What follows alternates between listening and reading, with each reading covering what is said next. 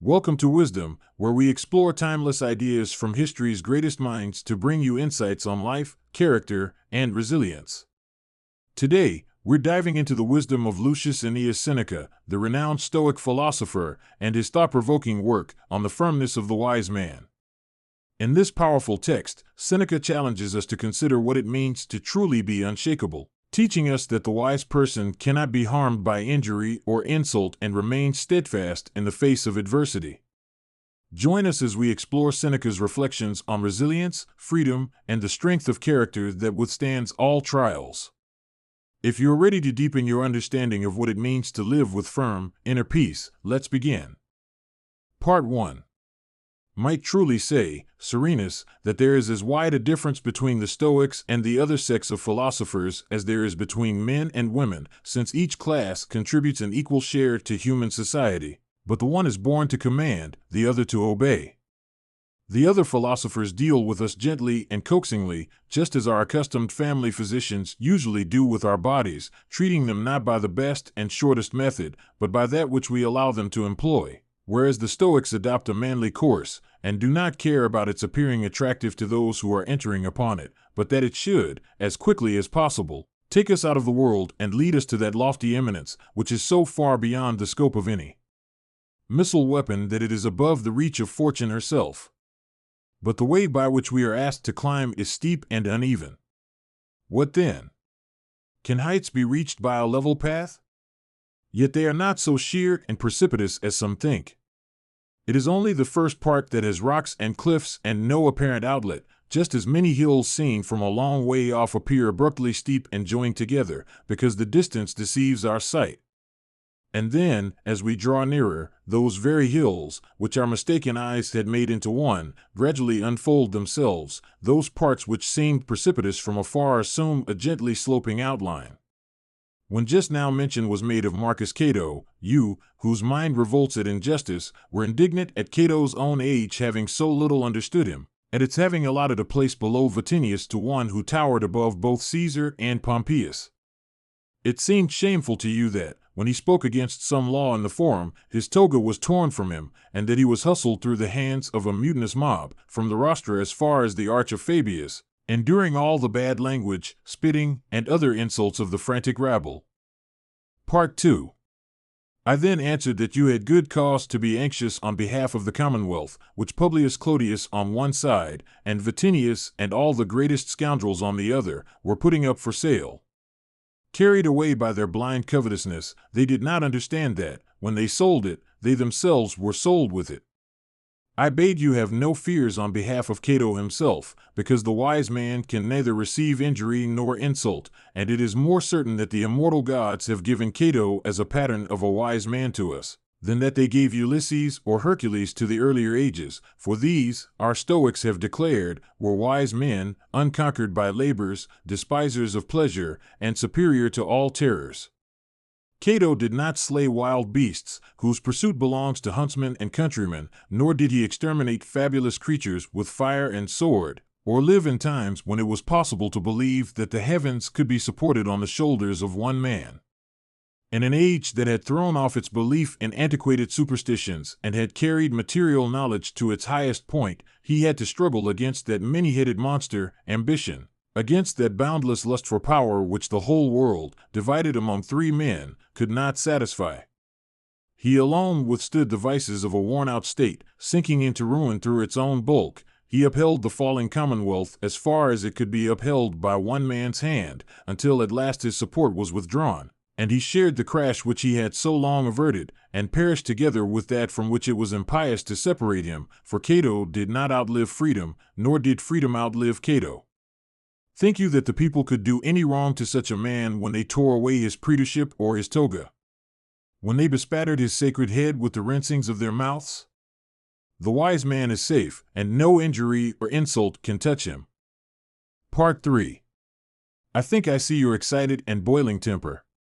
You are preparing to exclaim, "These are the things which take away all weight from your maxims. You promise great matters, such as I should not even wish for, let alone believe to be possible, and then, after all your brave words, though you say that the wise man is not poor, you admit that he often is in want of servants, shelter, and food. You say that the wise man is not mad, yet you admit that he sometimes loses his reason, talks nonsense, and is driven to the wildest actions by the stress of his disorder. When you say that the wise man cannot be a slave, you do not deny that he will be sold, carry out orders, and perform menial services at the bidding of his master. So, for all your proud looks, you come down to the level of everyone else, and merely call things by different names. Consequently, I suspect that something of this kind lurks behind this maxim, which at first sight appears so beautiful and noble that the wise man can neither receive injury nor insult. It makes a great deal of difference whether you declare that the wise man is beyond feeling resentment or beyond receiving injury. For if you say that he will bear it calmly, he has no special privilege in that, for he has developed a very common quality, and one which is learned by long endurance of wrong itself, namely, patience. If you declare that he can never receive an injury, that is, that no one will attempt to do him one, then I will throw up all my occupations in life and become a Stoic. It has not been my object to decorate the wise man with mere imaginary verbal honors, but to raise him to a position where no injury will be permitted to reach him. What? Will there be no one to tease him, to try to wrong him? There is nothing on earth so sacred as not to be liable to sacrilege, yet holy things exist on high nonetheless, because there are men who strike at a greatness which is far above themselves, though with no hope of reaching it. The invulnerable is not that which is never struck, but that which is never wounded. In this class, I will show you the wise man. Can we doubt that the strength which is never overcome in fight is more to be relied on than that which is never challenged, seeing that untested power is untrustworthy, whereas that solidity which hurls back all attacks is deservedly regarded as the most trustworthy of all? In like manner, you may know that the wise man, if no injury hurts him, is of a higher type than if none is offered to him. I should call him a brave man whom war does not subdue, and the violence of the enemy does not alarm, not him who enjoys luxurious ease amid a slothful people. I say, then, that such a wise man is invulnerable against all injury. It matters not, therefore, how many darts be hurled at him, since he can be pierced by none of them.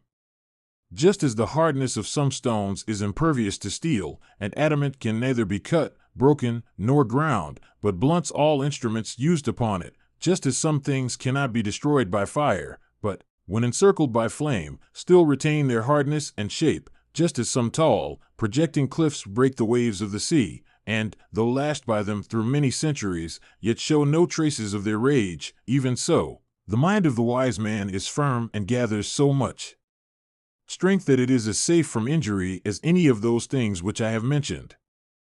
Part 4. What then? Will there be no one who will try to do an injury to the wise man? Yes, someone will try, but the injury will not reach him, for he is separated from the contact of his inferiors by so wide a distance that no evil impulse can retain its power of harm until it reaches him.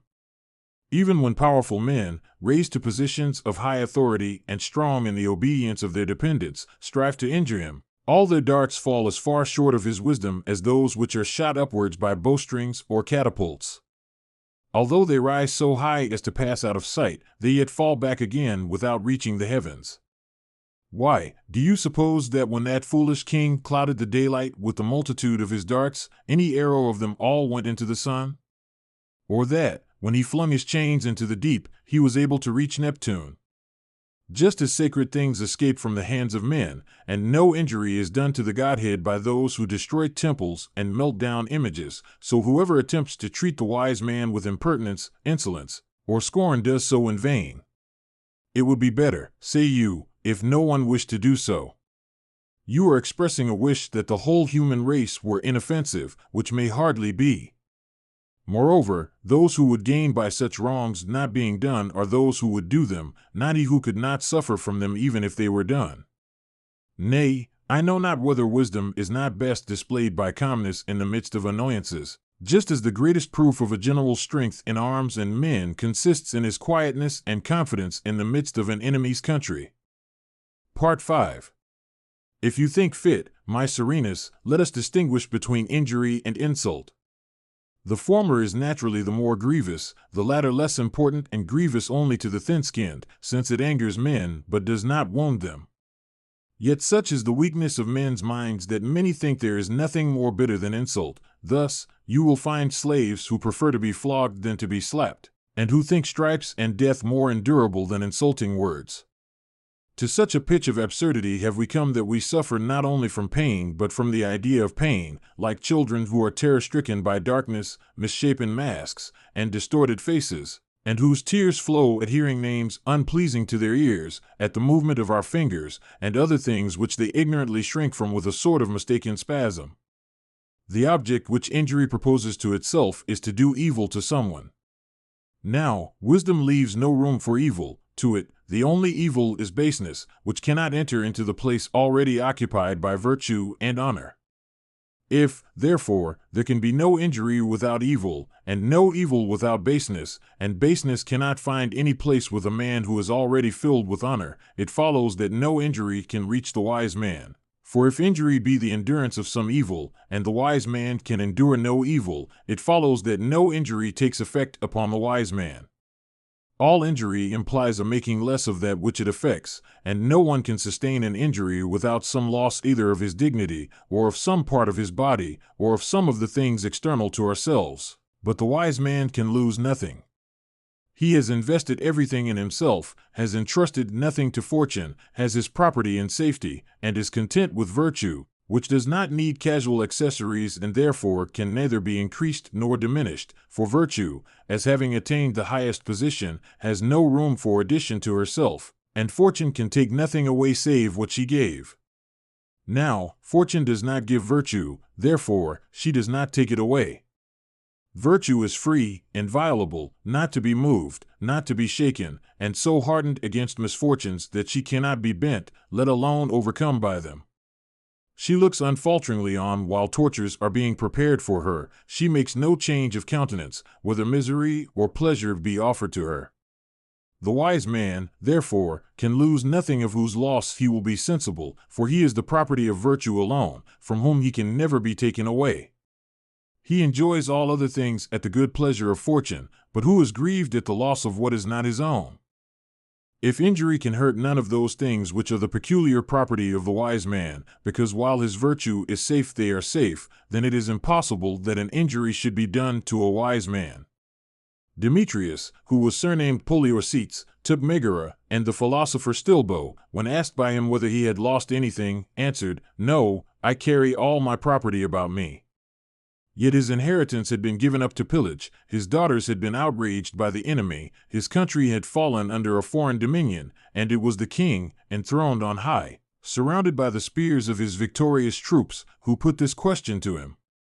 Yet he struck the victory out of the king's hands and proved that, though the city was taken, he himself was not only unconquered but unharmed, for he bore with him those true goods which no one can lay hands upon. What was being plundered and carried away hither and thither he did not consider to be his own, but to be merely things which come and go at the caprice of fortune. Therefore, he had not loved them as his own, for the possession of all things which come from without is slippery and insecure. Part 6. Consider now, whether any thief, or false accuser, or headstrong neighbor, or rich man enjoying the power conferred by a childless old age, could do any injury to this man, from whom neither war, nor an enemy whose profession was the noble art of battering city walls, could take away anything. Amid the flash of swords on all sides, and the riot of the plundering soldiery, amid the flames and blood and ruin of the fallen city, amid the crash of temples falling upon their gods, one man was at peace. You need not, therefore, account that a reckless boast, for which I will give you a surety, if my word goes for nothing.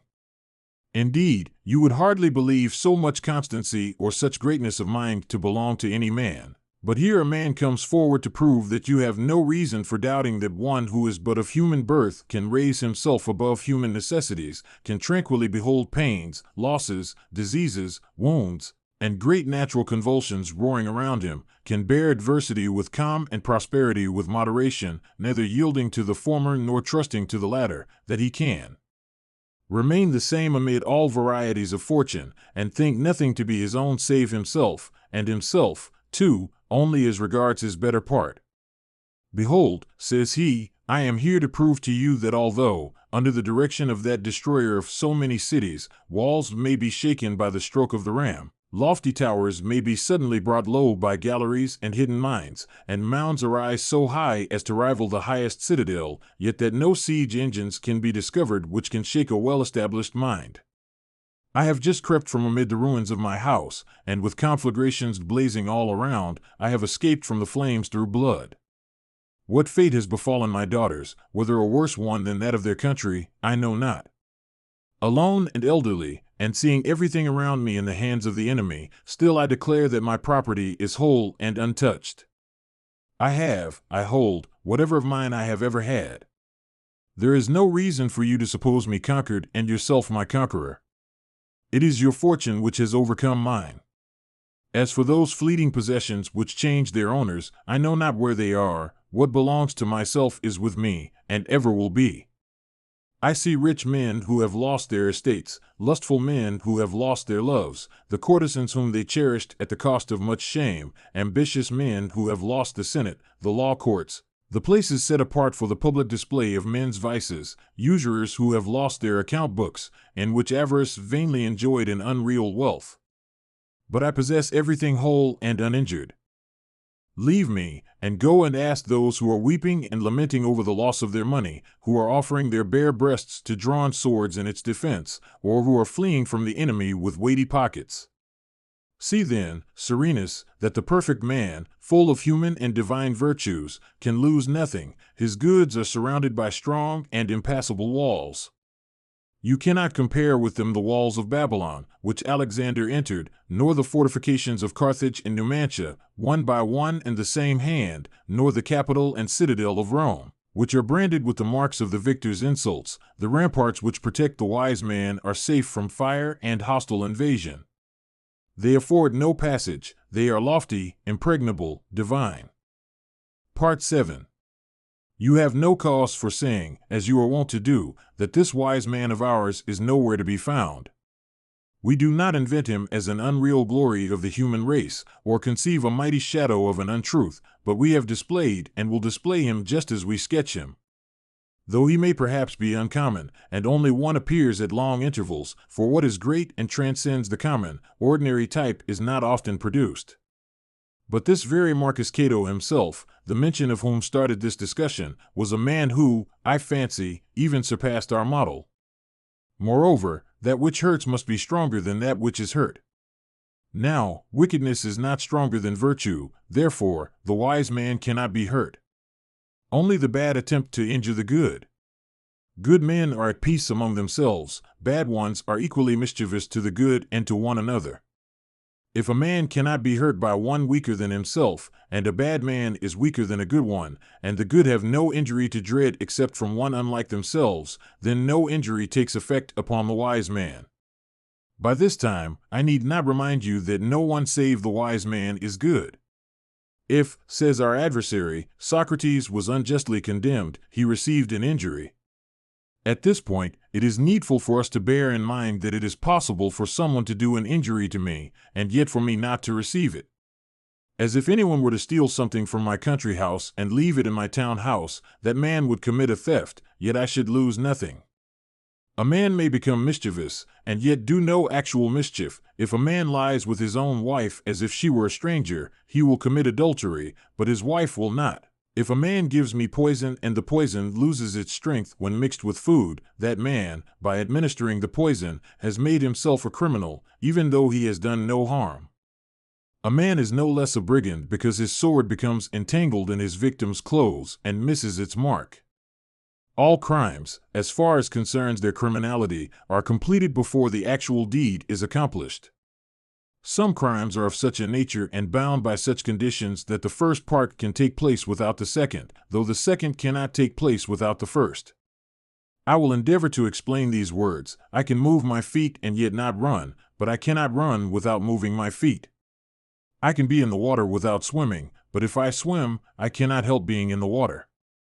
The matter of which we are treating is of this character. If I have received an injury, it is necessary that someone must have done it to me, but if an injury has been done me, it is not necessary that I should have received one. Many circumstances may intervene to avert the injury. For example, some chance may strike the hand that is aiming at us, and the dart, after it has been thrown, may swerve aside. So, injuries of all kinds may, by certain circumstances, be thrown back and intercepted in mid-course, so that they may be done and yet not received. Part 8. Moreover, justice can suffer nothing unjust, because contraries cannot coexist, but an injury can only be done unjustly. Therefore, an injury cannot be done to the wise man.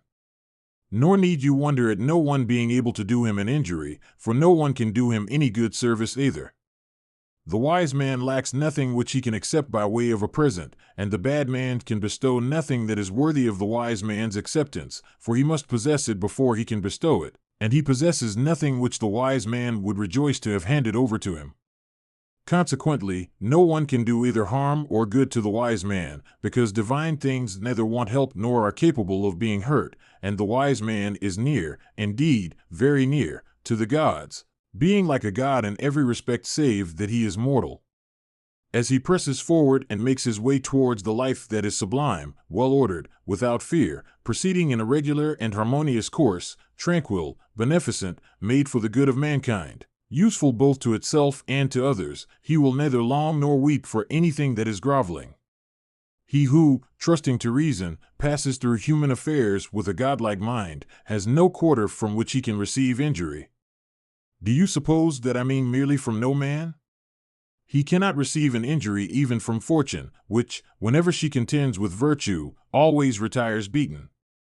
If we accept with an undisturbed and tranquil mind that greatest terror of all, beyond which the angry laws and the most cruel masters have nothing to threaten us with, and which fortune's dominion is contained, if we know that death is not an evil, and therefore is not an injury either, we shall much more easily endure the other things, such as losses, pains, disgraces, changes of abode, bereavements, and partings, which do not overwhelm the wise man even if they all befall him at once. Much less does he grieve at them when they assail him separately. And if he bears the injuries of fortune calmly, how much more will he bear those of powerful men, whom he knows to be the hands of fortune? Part 9. He therefore endures everything in the same spirit with which he endures the cold of winter, the severities of climate, fevers, diseases, and other chance accidents.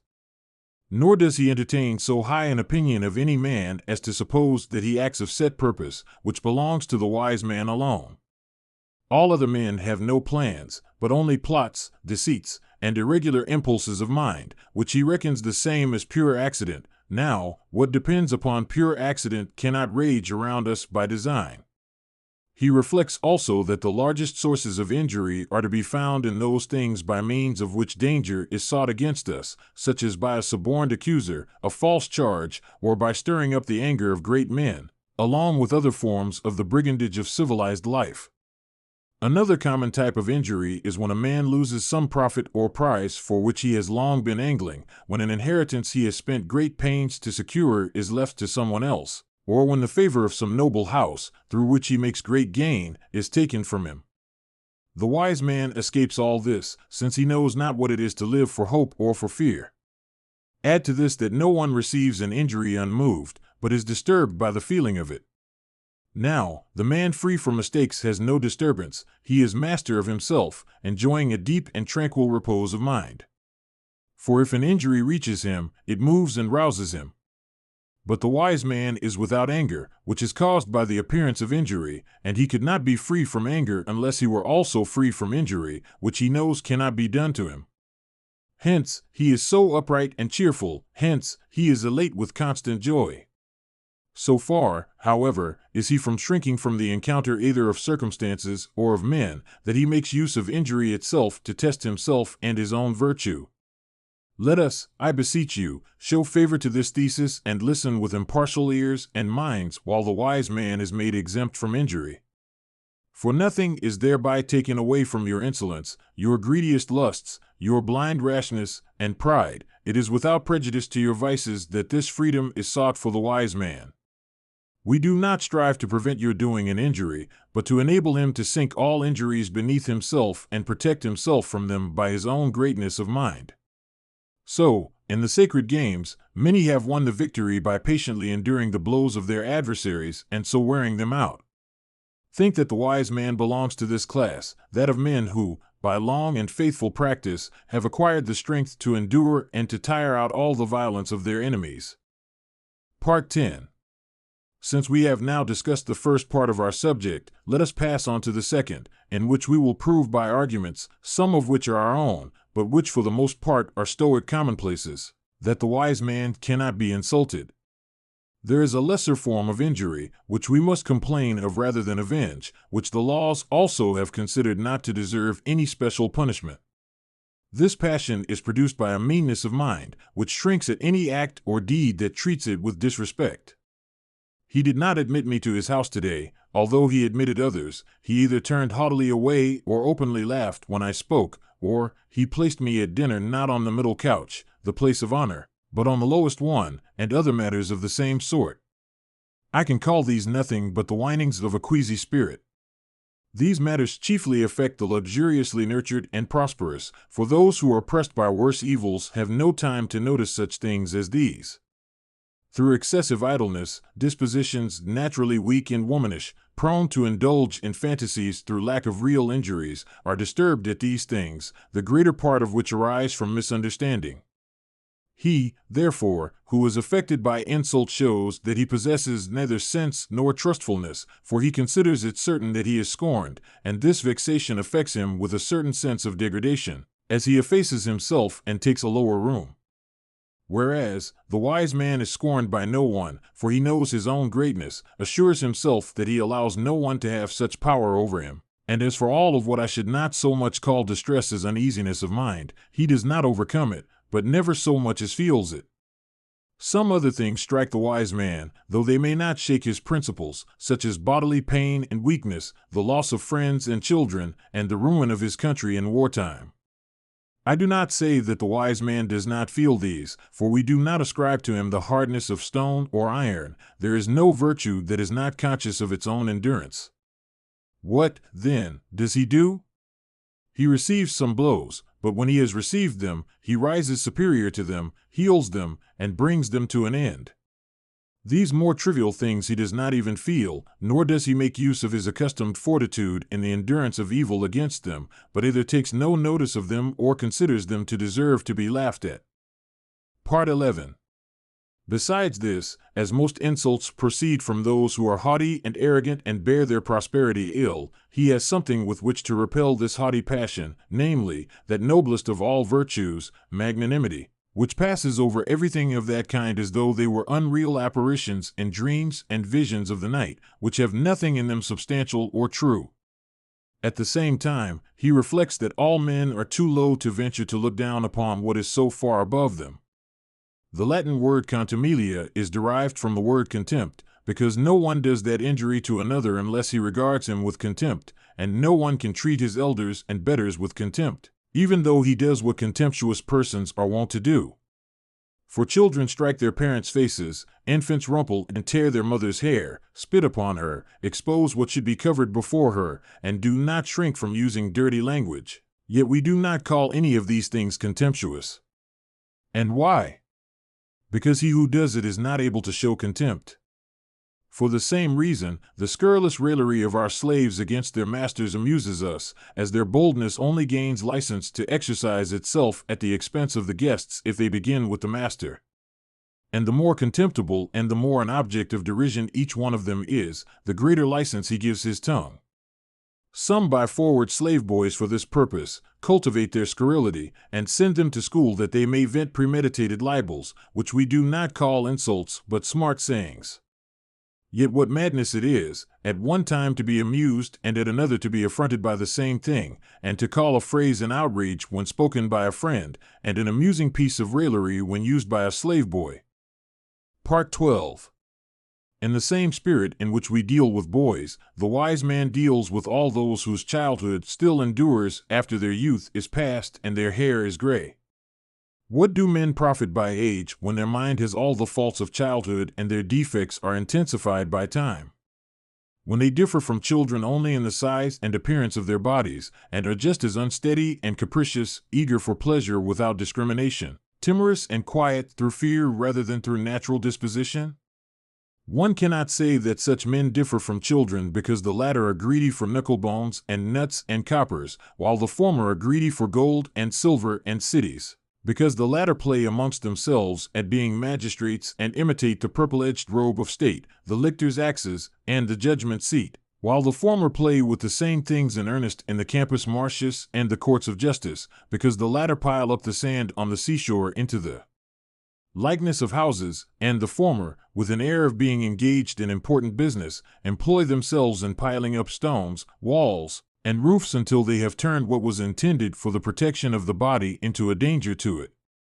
Children and those more advanced in age both make the same mistake, but the latter deal with different and more important things. The wise man, therefore, is quite justified in treating the affronts he receives from such men as jokes, and sometimes he corrects them, as he would children, by pain and punishment, not because he has received an injury, but because they have done one, and in order that they may do so no more. Thus, we break in animals with stripes, yet we are not angry with them when they refuse to carry their rider, but curb them in order that pain may overcome their obstinacy. Now, therefore, you know the answer to the question which was put to us: why, if the wise man receives neither injury nor insult, does he punish those who do these things? He does not revenge himself, but corrects them. Part 13. What, then, is there to prevent your believing this strength of mind to belong to the wise man, when you can see the same thing existing in others, though not from the same cause? For what physician is angry with a crazy patient? Who takes to heart the curses of a fever-stricken one who is denied cold water? The wise man retains in his dealings with all men this same habit of mind which the physician adopts in dealing with his patients, whose parts of shame he does not scorn to handle should they need treatment, nor yet to look at their solid and liquid evacuations, nor to endure their reproaches when frenzied by disease. The wise man knows that all those who strut about in purple-edged togas, healthy and embrowned, are brain-sick people, whom he regards as sick and full of follies. He is not, therefore, angry should they, in their sickness, presume to bear themselves somewhat impertinently towards their physician, and in the same spirit as that in which he sets no value upon their titles of honor, he will set but little value upon their acts of disrespect to himself. He will not rise in his own esteem if a beggar pays his court to him, and he will not think it an affront if one of the dregs of the people does not return his greeting. So also, he will not admire himself even if many rich men admire him, for he knows that they differ in no respect from beggars, nay, are even more wretched than they, for beggars want but a little, whereas rich men want a great deal. Again, he will not be moved if the king of the Medes, or Attalus, king of Asia, passes by him in silence with a scornful air when he offers his greeting, for he knows that such a man's position has nothing to render it more enviable than that of the man whose duty it is in some great household to keep the sick and mad servants in order. Shall I be put out if one of those who do business at the temple of Castor, buying and selling worthless slaves, does not return my salute, a man whose shops are crowded with throngs of the worst of bondmen? I think not, for what good can there be in a man who owns none but bad men? As the wise man is indifferent to the courtesy or incivility of such a man, so is he to that of a king. You own, says he, the Parthians and Bactrians, but they are men whom you keep in order by fear. They are people whose possession forbids you to unstring the bow. They are fierce enemies, on sale, and eagerly looking out for a new master. He will not, then, be moved by an insult from any man, for though all men differ one from another, yet the wise man regards them all as alike on account of their equal folly. For should he once lower himself to the point of being affected by either injury or insult, he could never feel safe afterward, and safety is the especial advantage of the wise man. He will not be guilty of showing respect to the man who has done him an injury by admitting that he has received one, because it necessarily follows that he who is disquieted at anyone's scorn would value that person's admiration. Part 14. Such madness possesses some men that they imagine it possible for an affront to be put upon them by a woman. What matters it who she may be, how many slaves bear her litter, how heavily her ears are laden, or how soft her seat? She is always the same thoughtless creature, and unless she possesses acquired knowledge and much learning, she is fierce and passionate in her desires. Some are annoyed at being jostled by a heater of curling tongs, and call the reluctance of a great man's porter to open the door, the pride of his nomenclator, or the disdainfulness of his chamberlain, insults. Oh! What laughter is to be got out of such things, with what amusement the mind may be filled when it contrasts the frantic follies of others with its own peace. How then? Will the wise man not approach doors which are kept by a surly porter?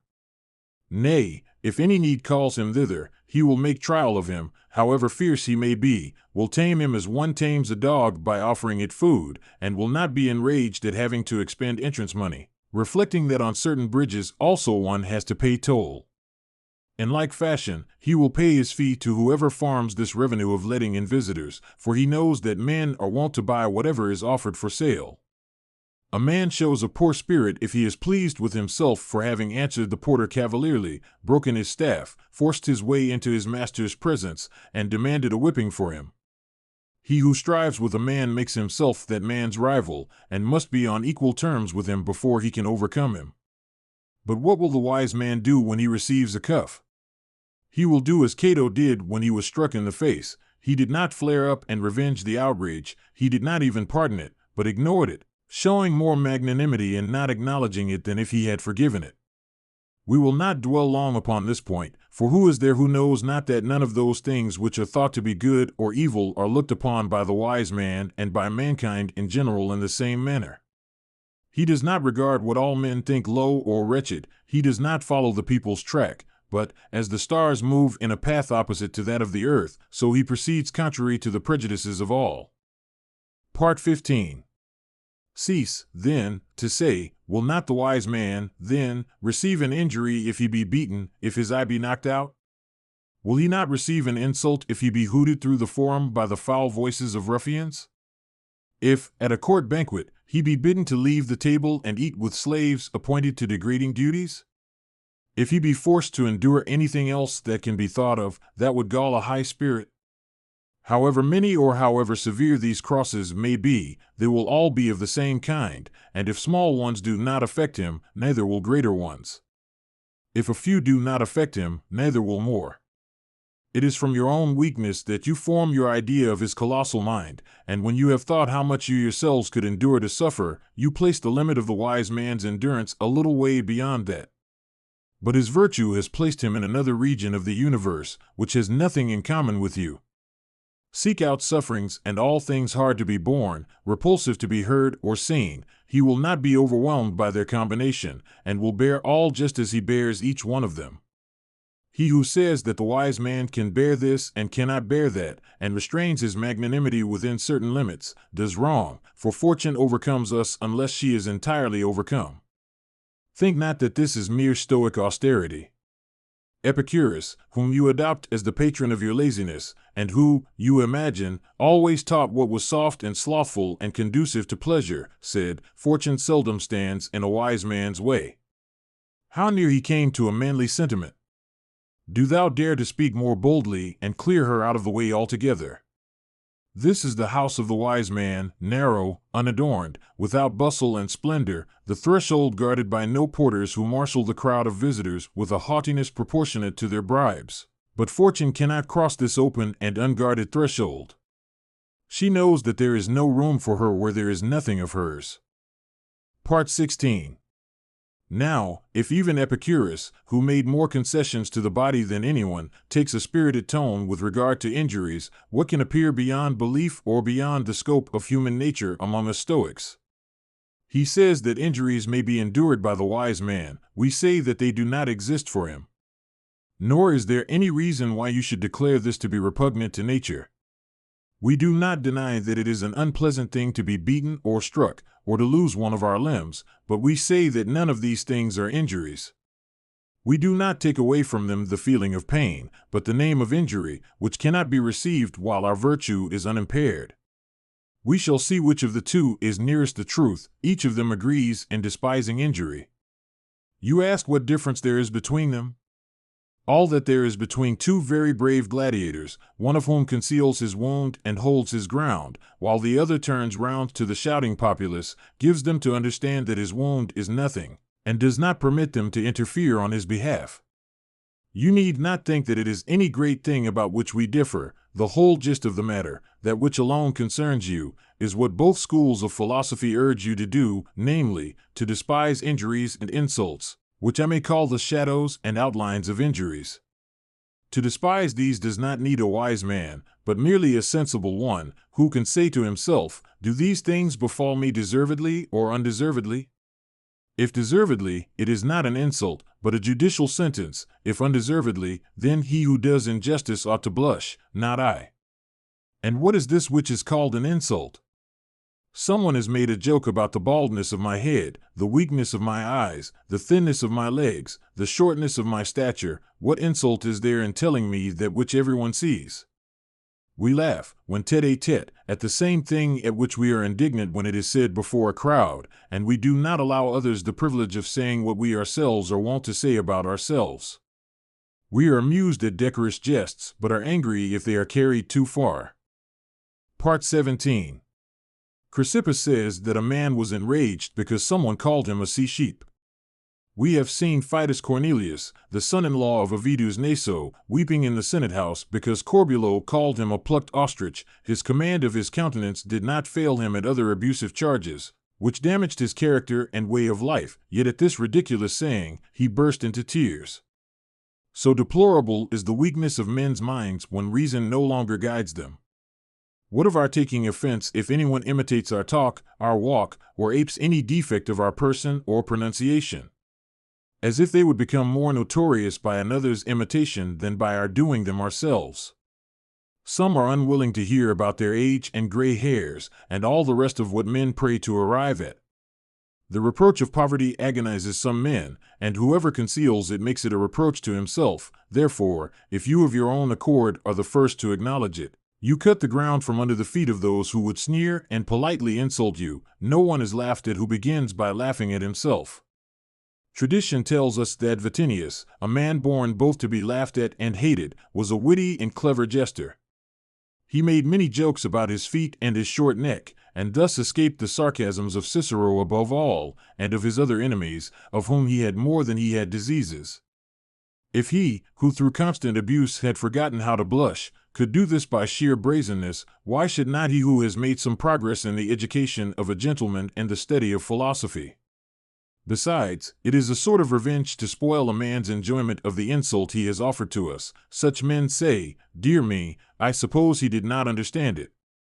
Thus, the success of an insult lies in the sensitiveness and rage of the victim. Hereafter, the insulter will sometimes meet his match. Someone will be found to revenge you also. Part 18. Gaius Caesar, among the other vices with which he overflowed, was possessed by a strange, insolent passion for marking everyone with some note of ridicule, he himself being the most tempting subject for derision. So ugly was the paleness that proved him mad, so savage the glare of the eyes that lurked under his old woman's brow, so hideous his misshapen head, bald and dotted about with a few cherished hairs. Besides, he had a neck set thick with bristles, thin legs, and monstrous feet. It would be endless were I to mention all the insults he heaped upon his parents, ancestors, and people of every class of life. I will mention those that brought him to ruin. An especial friend of his was Asiaticus Valerius, a proud-spirited man and one hardly likely to put up with another's insults quietly. At a drinking bout, that is, a public assembly, Gaius, at the top of his voice, reproached this man with the way his wife behaved in bed. Good gods! That a man should hear that the emperor knew this, and that he, the emperor, should describe his adultery and his disappointment to the lady's husband, not to mention to a man of consular rank and his own friend.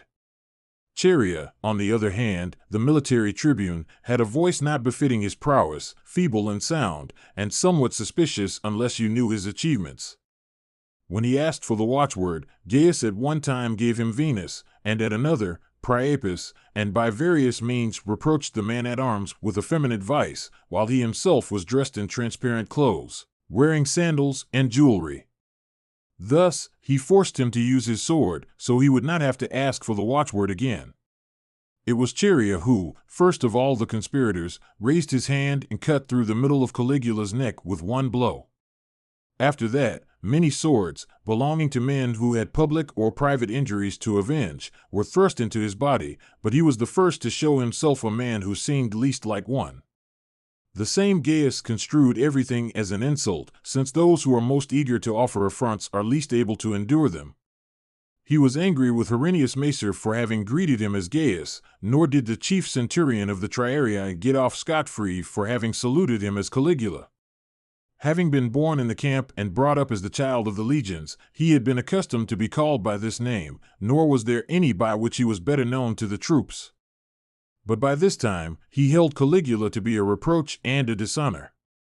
Let wounded spirits, then, console themselves with this reflection: that, even though our easy temper may have neglected to revenge itself, there will nevertheless be someone who will punish the impertinent, proud, and insulting man. For these are vices he never confines to one victim or one single offensive act. Let us look at the examples of those men whose endurance we admire, as, for instance, that of Socrates, who took in good part the published and acted jibes of the comedians upon himself, and laughed no less when he was drenched with dirty water by his wife, Xanthippe. Antisthenes was reproached with his mother being a barbarian and a Thracian. He answered that the mother of the gods, too, came from Mount Ida. Part 19. We ought not to engage in quarrels and wrangling. We ought to betake ourselves far away and disregard everything of this kind which thoughtless people do. Indeed, thoughtless people alone do it, and to set equal value upon the honors and the reproaches of the mob. We ought not to be hurt by the one or pleased by the other. Otherwise, we shall neglect many essential points, shall desert our duty both to the state and in private life through excessive fear of insults or weariness of them, and sometimes we shall even miss what would do us good, while tortured by this womanish pain at hearing something not to our mind. Sometimes, too, when enraged with powerful men, we shall expose this failing by our reckless freedom of speech, yet it is not freedom to suffer nothing. We are mistaken. Freedom consists in raising one's mind superior to injuries and becoming a person whose pleasures come from himself alone, and separating oneself from external circumstances, so that one may not lead a disturbed life in fear of the laughter and tongues of all men. For if any man can offer an insult, who is there who cannot? The wise man and the would-be wise man will apply different remedies to this, for it is only those whose philosophical education is incomplete, and who still guide themselves by public opinion, who would suppose that they ought to spend their lives in the midst of insults and injuries. Yet all things happen in a more endurable fashion to men who are prepared for them. The nobler a man is by birth, by reputation, or by inheritance, the more bravely he should bear himself, remembering that the tallest men stand in the front rank in battle. As for insults, offensive language, marks of disgrace, and such like disfigurements, he ought to bear them as he would bear the shouts of the enemy and darts or stones flung from a distance, which rattle upon his helmet without causing a wound, while he should look upon injuries as wounds, some received on his armor and others on his body, which he endures without falling or even leaving his place in the ranks. Even though you be hard-pressed and violently attacked by the enemy, still it is base to give way. Hold the post assigned to you by nature. You ask what this post is? It is that of being a man. The wise man has another help, of the opposite kind to this. You are hard at work, while he has already won the victory. Do not quarrel with your own good advantage, and, until you have made your way to the truth, keep alive this hope in your minds. Be willing to receive the news of a better life, and encourage it by your admiration and your prayers. It is in the interest of the commonwealth of mankind that there should be someone who is unconquered, someone against whom fortune has no power. Thank you for joining us on this journey through Seneca's On the Firmness of the Wise Man.